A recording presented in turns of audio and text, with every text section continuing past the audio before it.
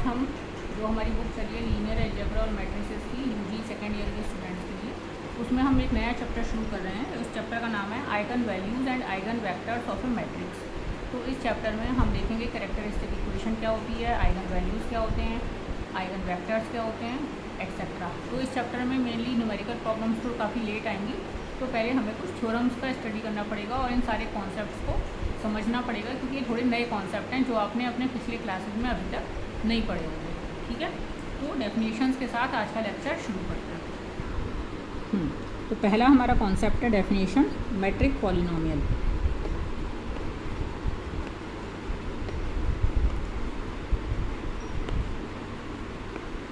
Matric polynomial क्या होता है?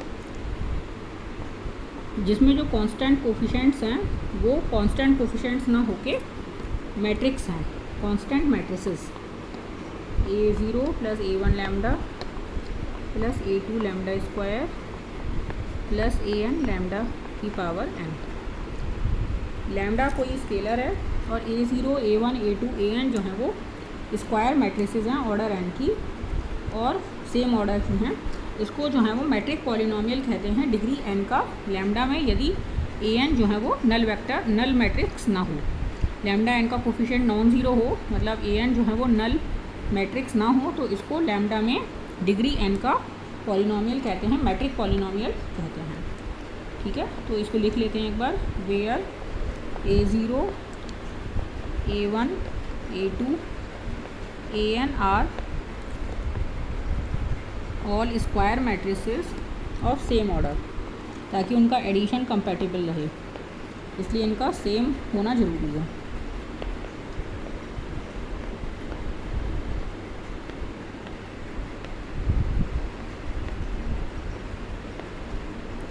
Then f lambda is called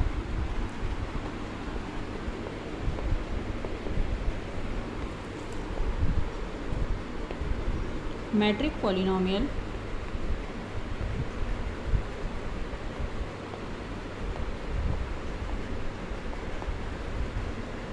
of degree n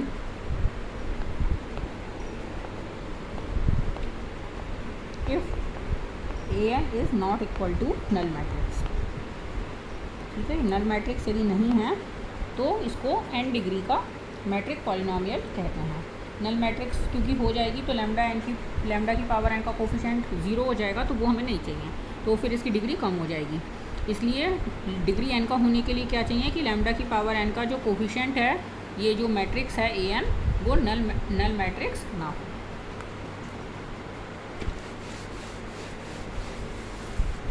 और यदि हमारी कोई स्क्वायर मैट्रिक्स है तो आप उसको डिग्री ज़ीरो के मैट्रिक पॉलिनोमियल के तौर पे लिख ही सकते हो।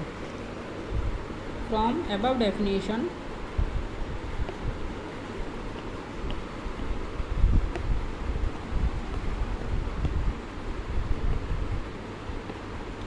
it is clear that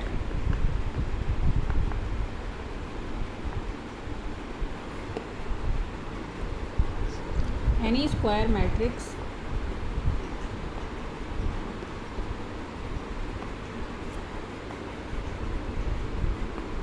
can be expressed as a metric polynomial of degree 0, can be expressed as a metric polynomial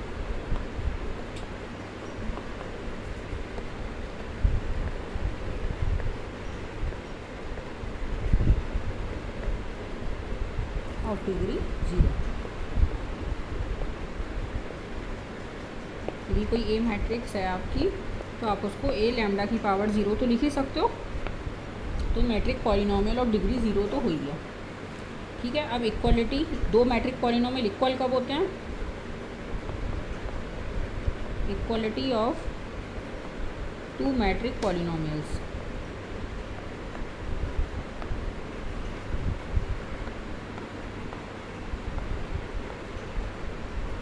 दो मैट्रिक पॉलिनोमियल्स इक्वल होते हैं यदि उनमें लैम्डा की सेम पावर्स के जो कोफिशिएंट मैट्रिसेस हैं वो सेम हो। Two matrix polynomials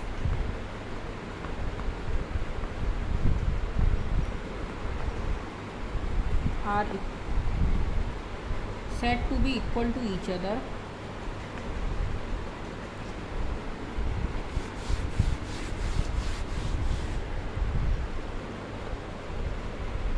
are said to be equal to each other if the coefficient of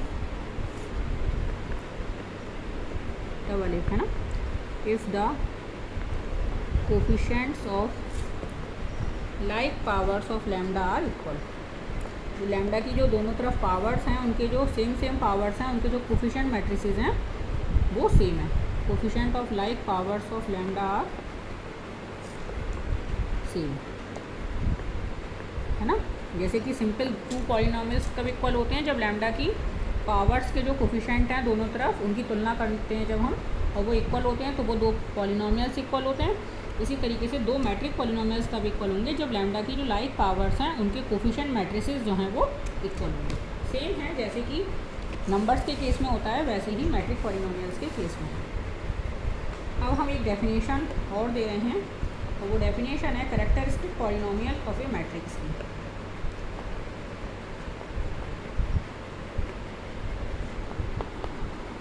characteristic equation of a matrix.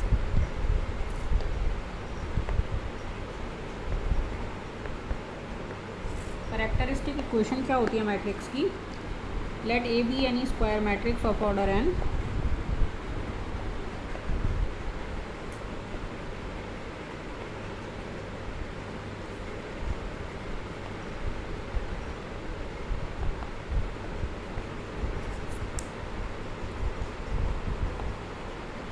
N order की हमने स्क्वायर मैट्रिक्स ए मान ली, और ए यानी कि किस तरीके की हो जाएगी?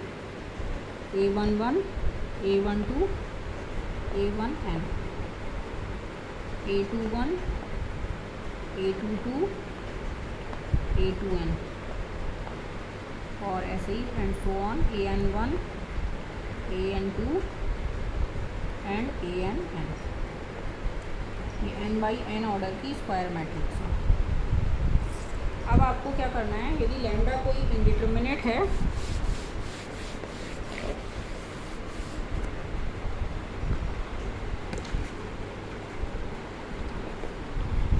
if lambda is any indeterminate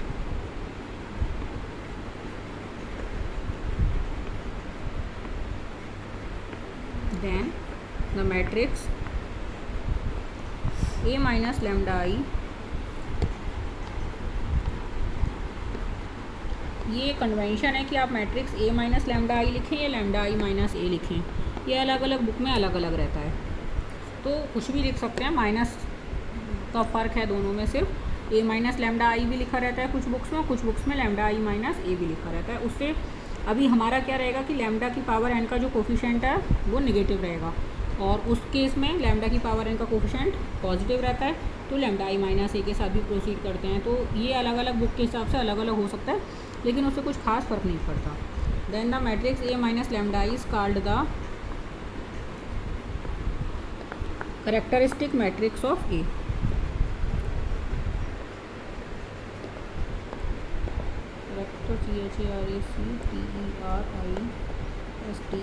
characteristic matrix of A, ठीक है। जहाँ आई क्या है, सेम ऑर्डर की आइडेंटिटी मैट्रिक्स है, जैसे एन ऑर्डर की, क्योंकि ए हमने कैसा माना है, एन ऑर्डर का स्क्वायर मैट्रिक्स माना है, तो आई क्या है, एन ऑर्डर की आइडेंटिटी मैट्रिक्स है। ये मैं लिख नहीं रही हूँ, आप लिख सकते हो, ऑब्वियस है कि सेम ऑर्डर की होगी। और डिटर्मिनेंट यदि हम इसका ले लें तो उसको कैरेक्टरिस्टिक इक्वेशन कहते हैं। डिटर्मिनेंट को ज़ीरो करते हैं, डिटर्मिनेंट पहले उसको कैरेक्टरिस्टिक पॉलिनोमियल कहते हैं डिटर्मिनेंट लेके, और उसके बाद उसको ज़ीरो रख दें तो उसको कैरेक्टरिस्टिक इक्वेशन कहते हैं। डिटर्मिनेंट ऑफ दिस मैट्रिक्स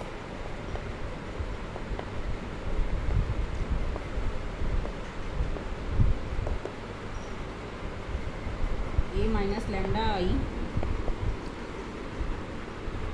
यानी कि that is determinant A minus lambda I is called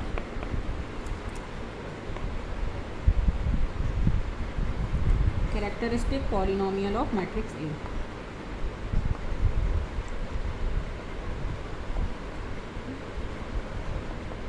characteristic polynomial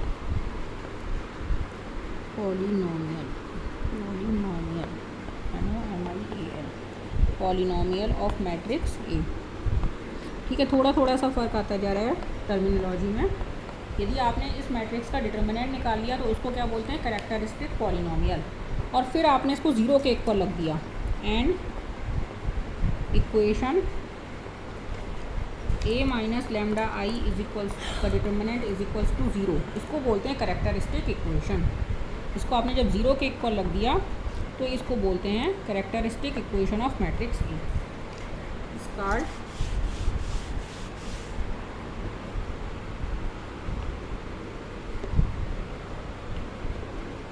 characteristic equation of matrix A. ठीक है, जब तक आपने सिर्फ इसको कैलकुलेट किया है तो अब इसको पॉलिनोमियल बोलते हैं, और जब आपने इस डिटर्मिनेंट को इक्वेट कर दिया ज़ीरो के तो उसको कैरेक्टरिस्टिक इक्वेशन बोलते हैं। यहाँ तक यदि ज़ीरो के इक्वेट नहीं किया है तो कैरेक्टरिस्टिक पॉलिनोमियल है, और यदि आपने इस पॉलिनोमियल को ज़ीरो के इक्वेट कर दिया तो जो इक्वेशन बनी उसको बोलते हैं कैरेक्टरिस्टिक इक्वेशन। और इसके जो रूट्स होते हैं इस इक्वेशन के उनको बोलते हैं आइगन वैल्यूज़। तो पहले इस कैरेक्टरिस्टिक इक्वेशन की फॉर्म को थोड़ा समझ लें कि क्या होता है, या पहले एक डेफिनेशन बस रूट्स की और लिख लें, उसके बाद इसको एक्सपेंड कर लेंगे इस डिटर्मिनेंट को। The roots of this equation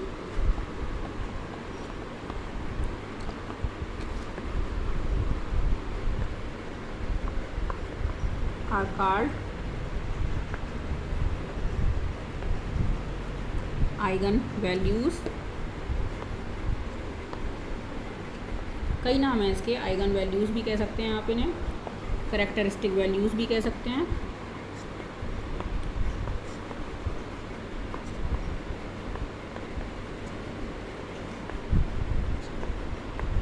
latent roots भी कह सकते हैं।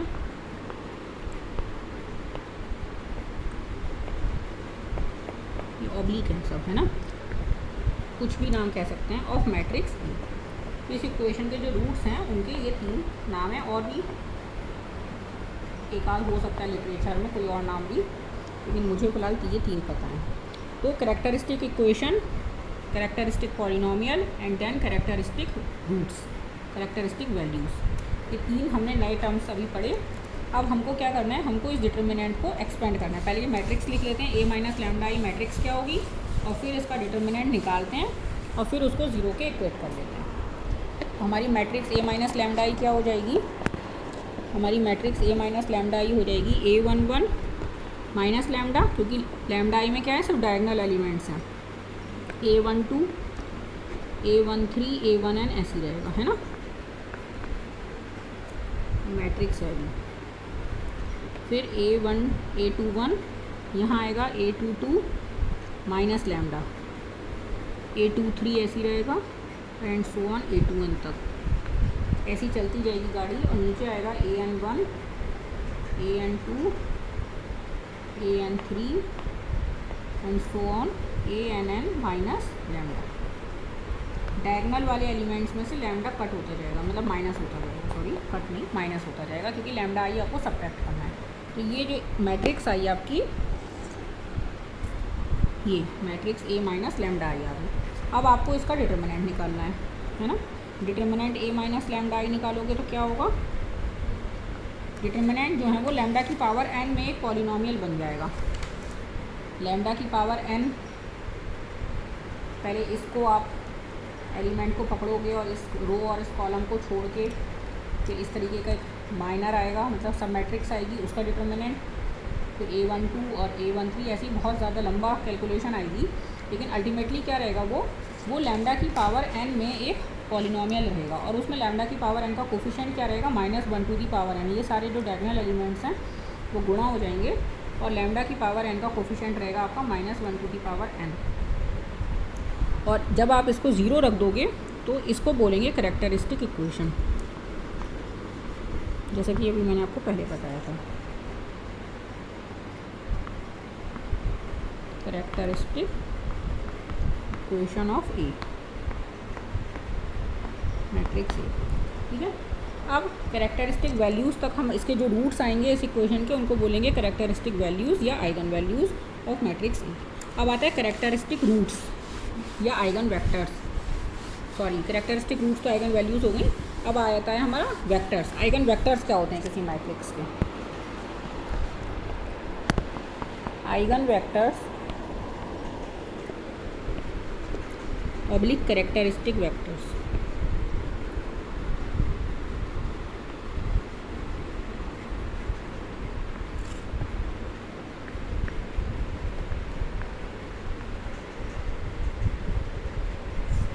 मैट्रिक्स ए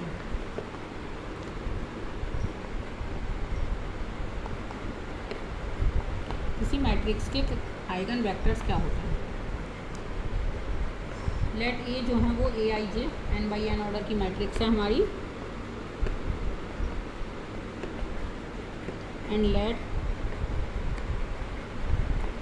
एक्स हमारा एक कॉलम वेक्टर है, x1 x2 xn non zero है।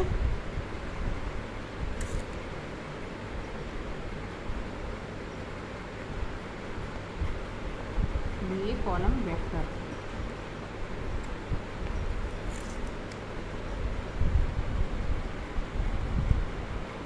Consider the equation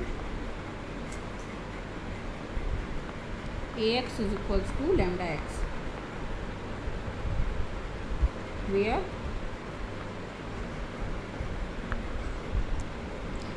lambda is any scalar।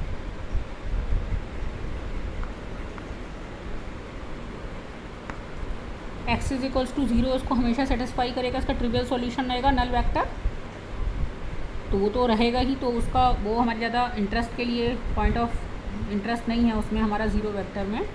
हमारा जो इंटरेस्ट है मेनली इसके नॉन ज़ीरो सॉल्यूशंस में है। इसका ज़ीरो सॉल्यूशन तो इसका हमेशा एग्जिस्ट करेगा कि x आपका ज़ीरो वेक्टर हो, नल वेक्टर हो, वो हमेशा इस इक्वेशन को सेटिस्फाई करेगा for any value of lambda. लेकिन क्या इसके नॉन ज़ीरो सॉल्यूशंस एग्जिस्ट करते हैं, और वो नॉन ज़ीरो सॉल्यूशंस क्या होंगे इसमें हमारा इंटरेस्ट है। Null vector will also satisfy, will always satisfy this equation।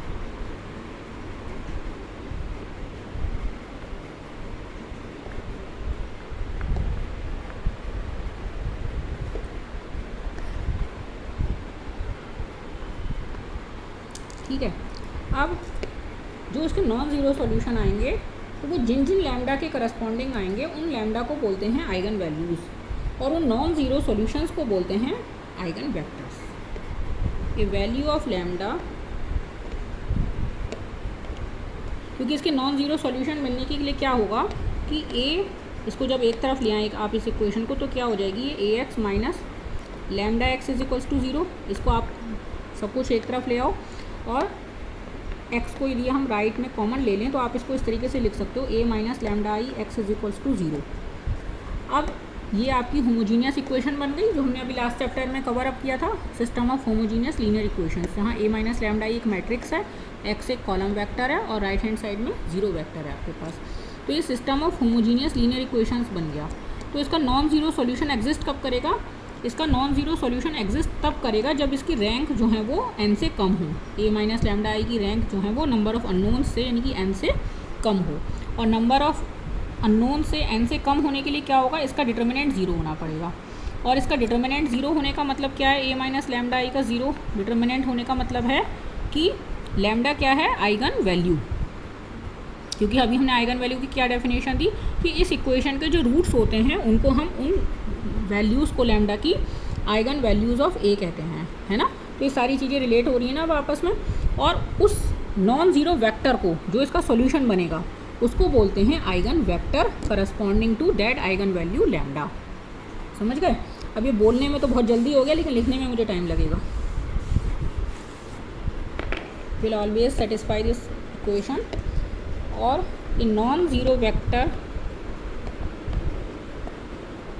x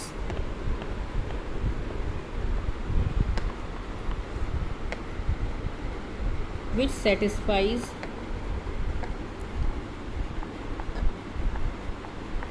this equation is called eigen vector of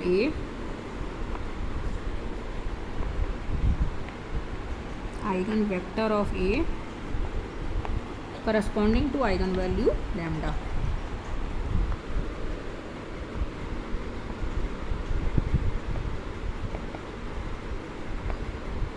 Corresponding to eigenvalue lambda. अब आपको यही देखना पड़ेंगे कि कितने लीनियरली इंडिपेंडेंट सॉल्यूशंस आते हैं और कितने उस पर डिपेंडेंट आते हैं। तो ये सब कुछ रैंक पे डिपेंड करेगा मैट्रिक्स ए माइनस लैम्डा आई की। तो जो अभी हमने जो लास्ट चैप्टर कवर किया था system of homogeneous linear equations, वहाँ हमने जो जो थ्योरम्स पढ़ी थी उनका अब आपको इसमें यूज़ करना होगा।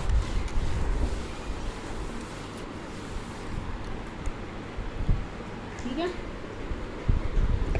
If x is an eigen vector of matrix A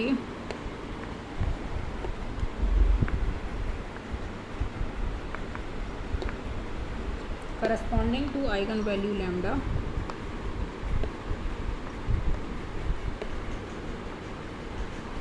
then corresponding to eigenvalue lambda, then kx is also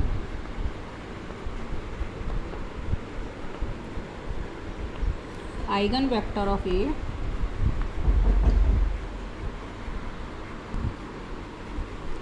तो यदि हमारा x एक आइगन वेक्टर है corresponding to eigen value lambda, then के x is also eigen vector of A corresponding to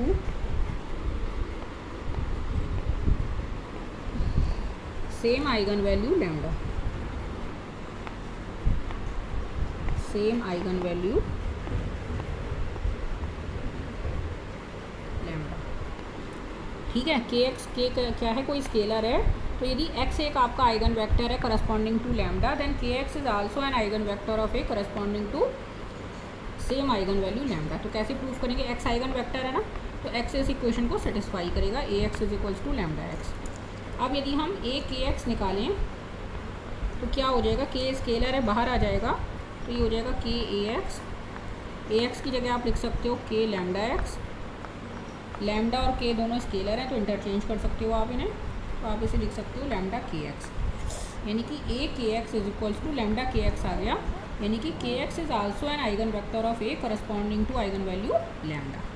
ठीक है। तो ए की आइगन वैल्यू के करस्पॉन्डिंग कई सारे आइगन वेक्टर्स हो सकते हैं या होंगे, क्योंकि के तो कोई भी स्केलर हो सकता है, तो एक ही आइगन वैल्यू के करस्पॉन्डिंग आपके नंबर ऑफ आइगन वेक्टर्स कई सारे होते हैं, लेकिन एक ही आइगन वेक्टर के करस्पॉन्डिंग आइगन वैल्यू एक से ज़्यादा नहीं हो सकते। तो अभी हम इस बात को लिख लेते हैं, corresponding to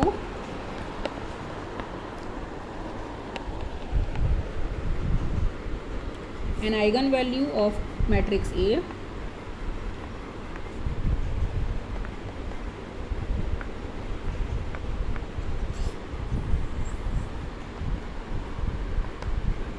there will be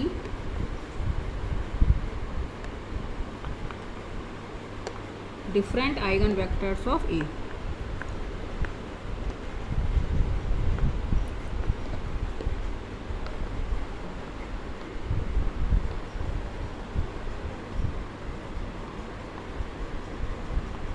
और नेक्स्ट पॉइंट है कि for a given eigen vector of matrix A, for a given eigenvector of matrix A,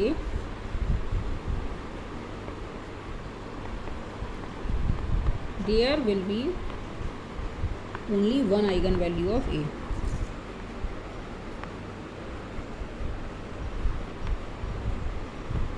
एक आइगन वेक्टर के करस्पॉन्डिंग दो आइगन वैल्यू नहीं होंगी अलग अलग, एक ही आइगन वैल्यू होगी, लेकिन एक आइगन वैल्यू के करस्पॉन्डिंग एक से ज़्यादा आइगन वेक्टर्स हो सकते हैं।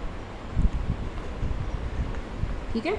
तो ये कुछ डेफिनेशंस जो हैं वो eigen values, eigen vectors, characteristic polynomials, characteristic equations, ये सब हमने आज के लेक्चर में कवर की। अभी हमें बहुत सारी थ्योरम्स इसमें आगे करनी होंगी, लेकिन वो सब आज के लेक्चर में मुश्किल लगेगा कवर अप करना, तो मैं आज इन्हें स्टार्ट नहीं कर रही हूँ थ्योरम्स को, और थ्योरम्स को मैं अपने नेक्स्ट लेक्चर में स्टार्ट करूँगी। और आज मैंने सिर्फ आपको ग्लिम्स दिया है इस चैप्टर का, सिर्फ डेफिनेशंस आज हमने समझी हैं और सीखी हैं कि टर्मिनोलॉजी क्या है इस चैप्टर की, कौन कौन से नए टर्म्स हमको इस चैप्टर में इनकाउंटर करने हैं, और उनके बारे में रिलेशंस और इनसे रिलेटेड थ्योरम्स हम अपने नेक्स्ट लेक्चर में कवर करेंगे। Thank you very much.